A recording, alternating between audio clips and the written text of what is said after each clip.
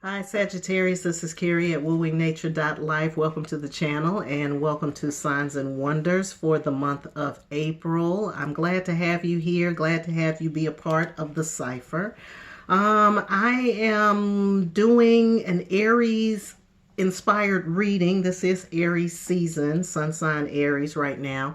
So I usually like to let whoever it is that is whose ever birthday time it is to decide what the readings are going to be. And so Aries has given us a nice little round view of ourselves through the tarot and through the oracle and also through astrology. So what they have designed for you, I think you'll be pleased with. It is starting with an astro pulse reading. So I'm going to look at what's moving through your sign or what's going on with your ruling planet for the month of April. And then after that, I'm going to be pulling two cards from the Wisdom of the Oracle. Oh, no, not Wisdom of the Oracle. Sacred Earth Oracle. That's to look at your right and your left, your masculine, feminine, etc., etc. You're also going to get a money reading today, thanks to Aries. Money reading. They're going to give you a sense of what's going on with your money, how you're thinking about your money, wealth, self-worth, etc., etc.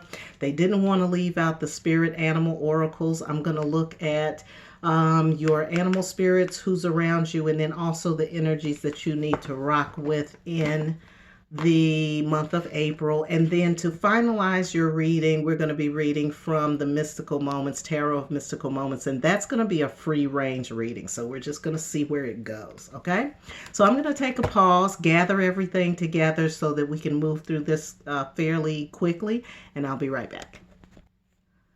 All right, Sagittarius. So for your astro pulse, this is what's happening in the cosmos, with the star nations during the month of April. So your moon times are going to be on the 2nd and 3rd, and then you've got two. Most people only have one. There's a couple of you that have two.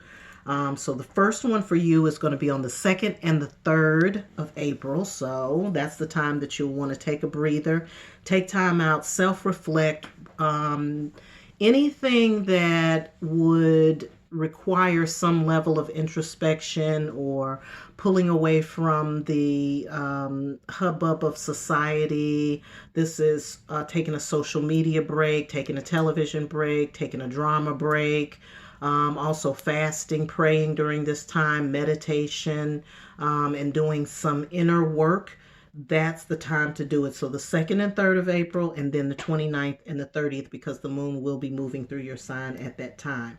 Also, we have your ruling planet, Jupiter, is in Aquarius. And so it's been there for a while. It will be there for a little while longer. So you can kind of relax into this movement. But basically, your drive, your energy, your focus, what inspires you or what gets you motivated is going to be things that are different, things that are could be customs or experiences that are very different from the ones that you have been experiencing heretofore, and or people who are very different. So you may be hanging around with some different crowds. You may find yourself in some circles of people that you wouldn't normally be with. You might also notice that, the life experiences that you're having right now are unique or unusual. So don't fight that flow. Let yourself be moved by that, because Jupiter is the planet of expansion, and we are going through an expansion just like we went through an ascension process. So now that we have ascended, we have to expand. And so Jupiter is leading the way with that, and so are you, Sagittarius. So if you're feeling moved and inspired by things that are a little bit off the beaten path for you, then don't resist that. I don't think that you will, but don't resist that. That's just the notion that I'm feeling. Okay. All right. So moving right along to the sacred earth for Sagittarius.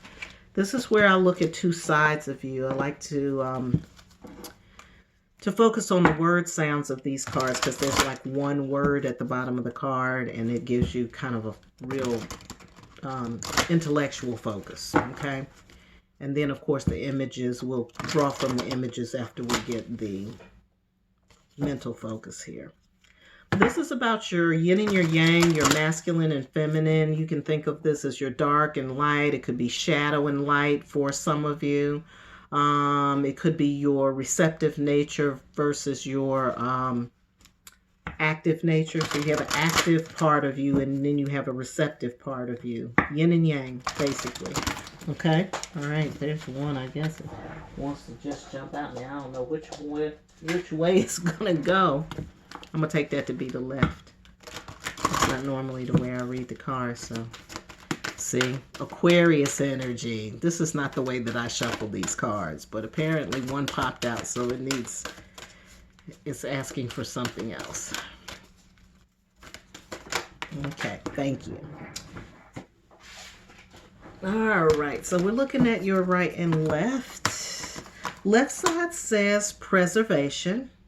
So this is the left, this is the receptive, the yin, the internal, again, the shadow, okay, the feminine. I don't know if I said that already, but it's about preservation. And so you are literally preserving your inner sanctum. That means you've probably done quite a bit of work, Sagittarius, over the past few months or a year, I'm sure. And as a result of that work, you've come to certain realizations and you're starting to understand yourself very differently. And you don't want to mess up that work. You don't want to do something that's going to, turn you in the opposite direction and send you back where you came from. Okay. This is a great advancement for you and it's very good. So you need to nurture that. You need to take care of that.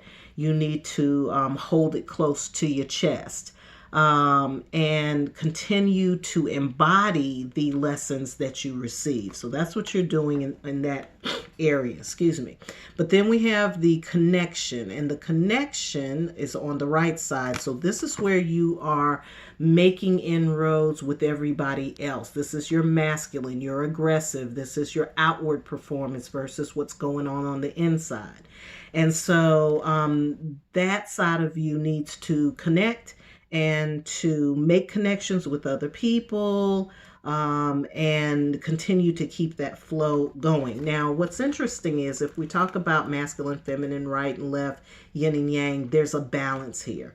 And the balance is you're going to be making a lot of connections. You will be connecting with a lot of people, but you still need to preserve some energy for yourself. So don't go out there, don't stay in constantly preserving because you've done that part already. But what you have, continue to nurture it. But when you are out and about and connecting with other people, don't do so much of this that you don't reserve some energy for yourself. So it's about balancing the two, but making sure the two are being taken care of or nurtured within you. All right. Lovely. Lovely. I like that. That's a good lesson for a lot of people, because a lot of times we're out giving, or doing, and active. We got to make our connections. We got to get with our folks. We got to make sure we're on top of things. Boom, boom, boom, boom, boom, Sagittarius. But you still need to preserve some energy. The energy that you gained during your time out period. All right, we're moving on to the Spirit Animal Oracle. This is the way we look at people through the eyes of the animals and use the animals as our allies because they will help us understand how to navigate situations with people. They'll also help us navigate situations within ourselves. So our animals are teachers. They come to teach us about us. And they carry a lot of wisdom. So we're going to look to the animals right now. I always encourage you to work with animals in your real life, not just on cards. The cards are here because I can't touch you and communicate with you. I'm not in your environment. I don't live at your house. I don't see what animals are around you all the time. But you need to know the real, for real, though, animals that are around you that keep showing up for you, because those are the ones that you really need to tie into. Now, what we're doing here is intuitively tying into some animal energies on your behalf. There may be other animals that are around you in your natural environment that also embody some of these principles. So that's kind of how I like to think about it. I don't really like to deal with animals on cards, but anyway, it is what it is. It's called technology. You've got hummingbird spirit.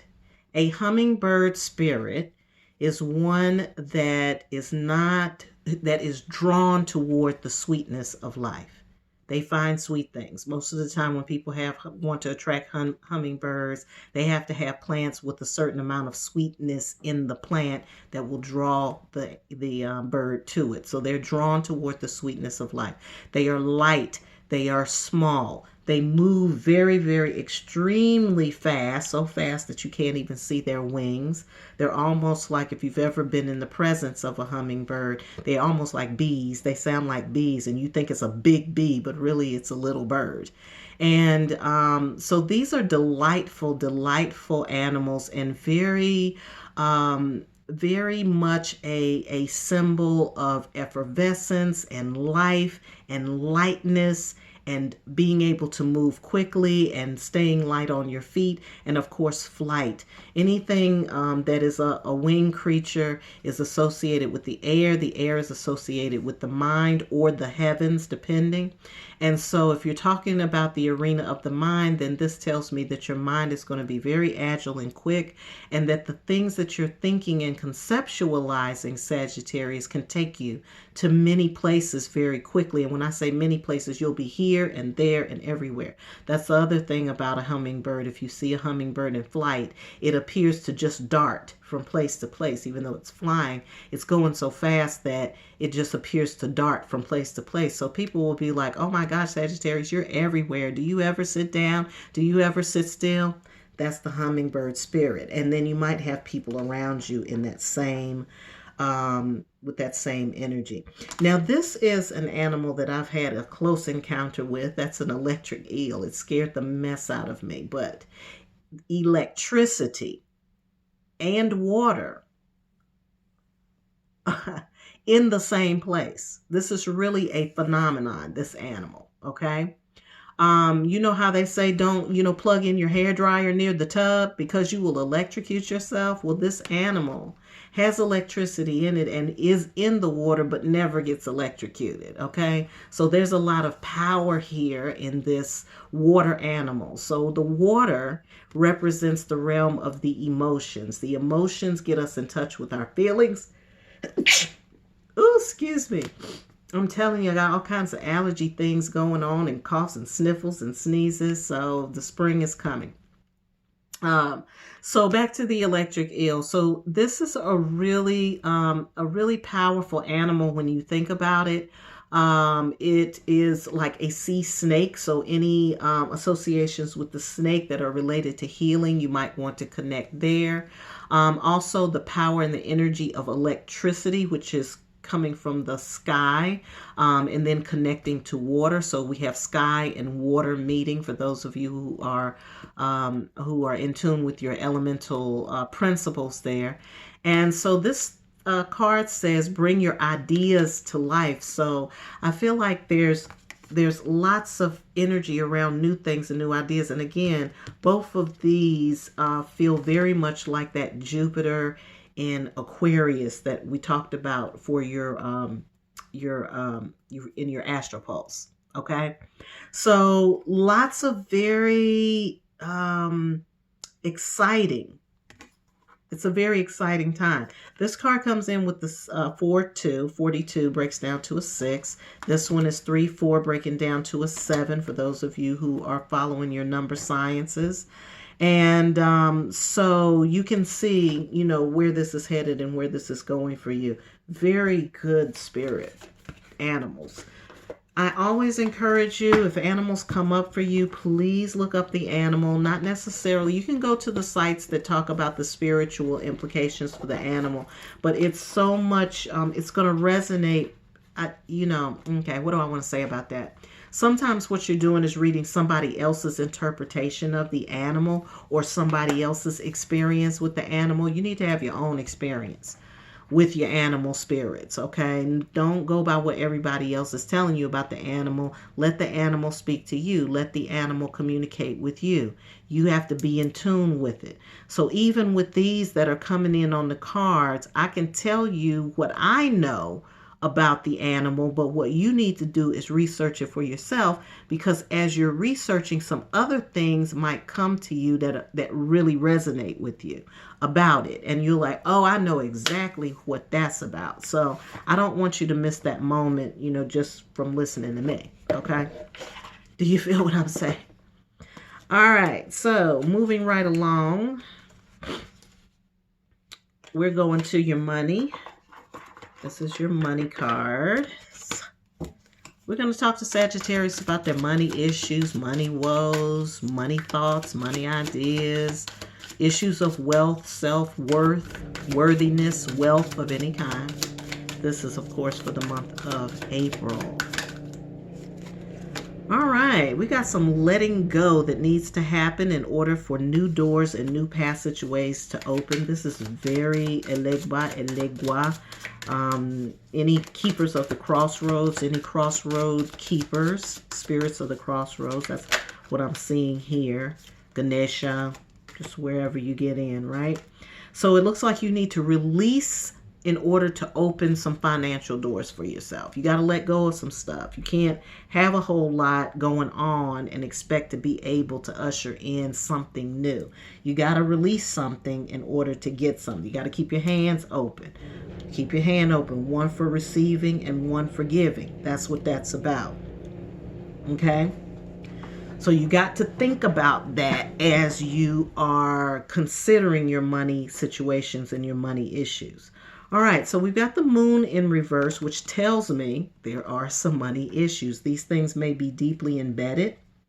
They may be some concepts or some ideas or some beliefs around finances and money that you may have inherited from your family members or from something someone said that stuck with you for whatever reasons. And it's okay that it stuck with you, but you don't have to keep it. That's why we got the hangman, for you to give that away if you need to. So starting fresh, having a new concept, a new perception about your money, about finances, about whether or not you can or will or should increase your earning potential. All of that needs to be examined. And again, I'm getting this message coming from a long line, so I think that this is actually perceptions of money that come through your family line or your family experience. If you've had experiences in your family of wealth and or poverty, in either direction, it can bring up these kinds of issues and things. Yes, from the childhood. I've got it right here.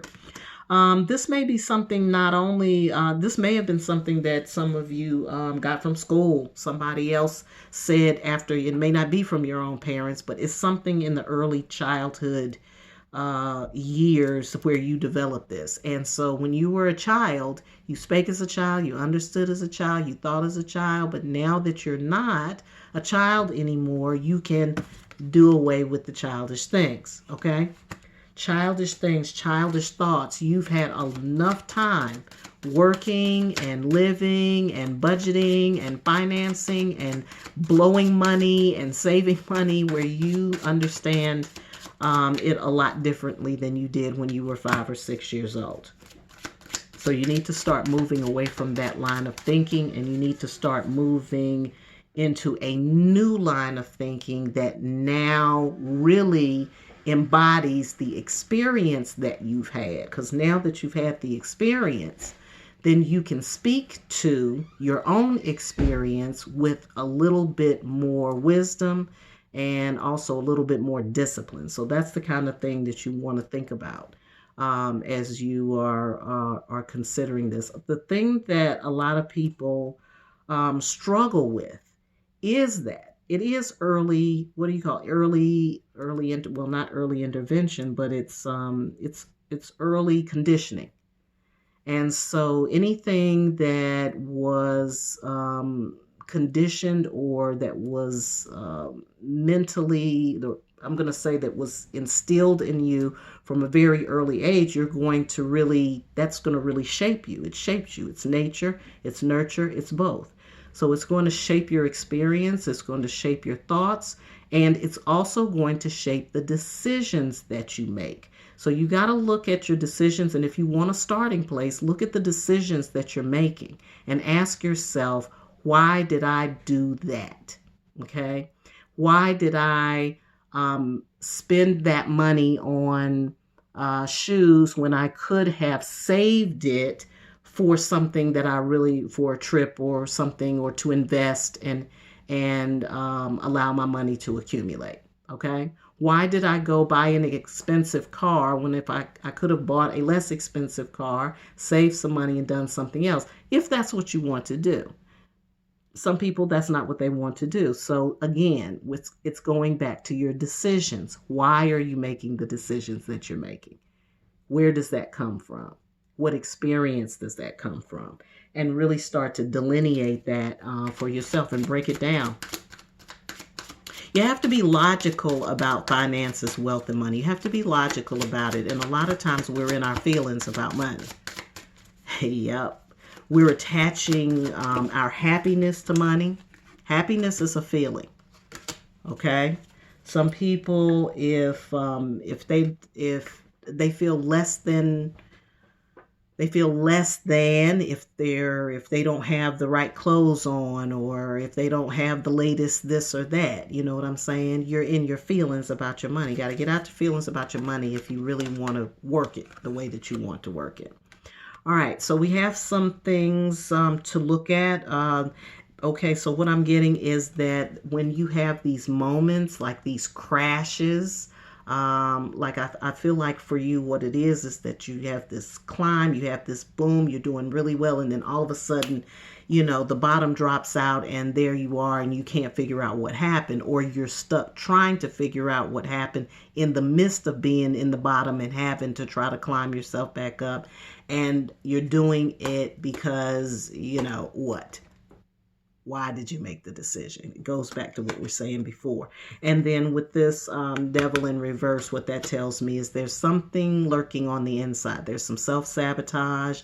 Again, the early conditioning, something in the subconscious that needs to be brought to the conscious so that you can start to look at it objectively. And that's what you need, again, when you're talking about money and how to think about your money and how to deal with financial issues. A lot of it is tied to self-worth and worthiness and or just what you feel about money in general. So you really got to go there to know there, but you have to treat it as a logical step and a logical process.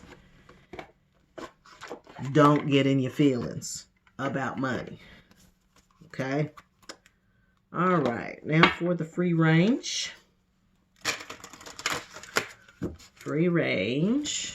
Courtesy of Aries. Thank you, Aries. This is just whatever comes, whatever becomes evident. Sagittarius and April. Let's see what we got.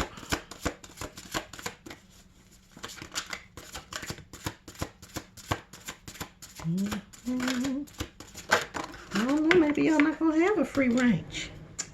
Let's see what we got here. All right, so it's commitments, paying very close attention to what you are committing to. This goes right back to what I was saying about making decisions, having good decisions or making good decisions, okay? You got to know where these decisions are coming from. You got to know what's spawning it and what's causing it, and you need to do some self-examination around that. There are some people around you that are listening, or that are not just listening, they are listening to you and they are paying attention, which is good, because that means those are the people who may come back and share something with you that you may have said or that you may have done before that lets you know that this is the way you have a tendency to this is the direction, or this is the path that you have a tendency to go down, because everybody has their tendencies, again, because your early conditioning, your early beliefs are driving you along with what your dreams, your ideas, your aspirations, your visions for the future, for yourself, your job aspirations, your career aspirations, what you want for your family. all of that's all of that circulating at the same time. So when you make a commitment to something, you have to make sure that what you're committing to is actually in alignment with who you are and what it is that you want in your life. Okay? So that's what this is. It's about paying close attention to that, looking at that. And then again, those bird spirits around you, those bird people, those people that are around you who are going to come in and share with you some information about yourself and what you have a tendency to do. And they're going to surprise you, because sometimes you're not even going to know. You're going to be like, I really do that. And it's like, yes, you always do this. And you're not paying any attention to it. And when that happens, I want you to look at, again, why did I make that decision? Where did that come from? I think it's going to come right to you. All right, so Two of Wands is about looking ahead, looking forward, looking into your future, looking towards something that is brighter, a future that is brighter for yourself. You do recognize that you are holding the bag, that you have come a long way, and that you have a lot of blessings. And that's good. That's a good place to be. But now you're looking to do something else. And that's that Aquarius energy coming in as well, because Aquarius is going to have you looking beyond what's right in front of you into something that where your imagination is leading you. And then I'm seeing the building happening from there. So, think about your commitments, what you commit to, what you say yes to, what you agree to, who you're committed to, whether or not you need to remain committed to that situation or to that person or to those people. And thinking ahead about what it is that you're envisioning for yourself. Again, being led by that Aquarius energy that says reach beyond something that's right in front of you and stretch yourself and be imaginative. And then from there, you're going to have those people around you who are going to help you continue to grow your brand, or grow your concept, or grow yourself, or grow your inner being. All of that's good stuff. All right. So Sagittarius, you know where to reach me if you need to. I'm at Kerri, Kerri, at wooingnature.life. If you need to get a personal work done, you can reach me there. Also, just go to the website and you can find out what other services are available. We do Reiki and also some stone healings as well. So, and now that things are opening back up, we can start to come and do that kind of work with you again. And very glad to be able to do that. Glad to be able to do that. And I'm sure everybody's going to need some recalibration and some alignment work and some chakra healing and some clearing and some unblocking, because going through that process, it does free a lot of things, but then you have to kind of get yourself recapitulated. All right. As always, I hope you have a great day, and I hope you have a wonderful April, and I hope you're having a fabulous life.